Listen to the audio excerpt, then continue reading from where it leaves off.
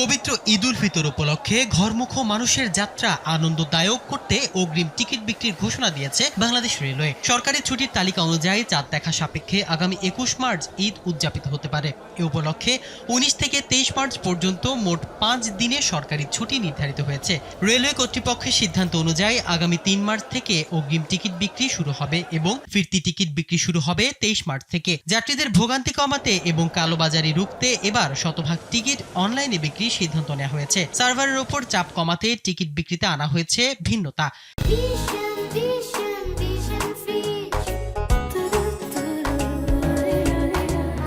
Railway সিদ্ধান্ত অনুযায়ী এবারও ২ অঞ্চলের টিকিট ২ ভাগে বিক্রি হবে। পশ্চিমাঞ্চলে চলাচল করা সব আন্তনগর ট্রেনের টিকিট বিক্রি শুরু হবে সকালে, আর পূর্বাঞ্চলের টিকিট বিক্রি শুরু হবে দুপুরে। রেলওয়ের এই সুশৃঙ্খল পরিকল্পনা ও দীর্ঘ ছুটির কারণে যাত্রীরা স্বস্তিতে বাড়ি ফিরতে পারবেন বলে আশা করা হচ্ছে। টিকিট প্রত্যাশীদের সুবিধার্থে রেলওয়ের অফিসিয়াল ওয়েবসাইট ও অ্যাপ ব্যবহারের পরামর্শ দেওয়া হয়েছে।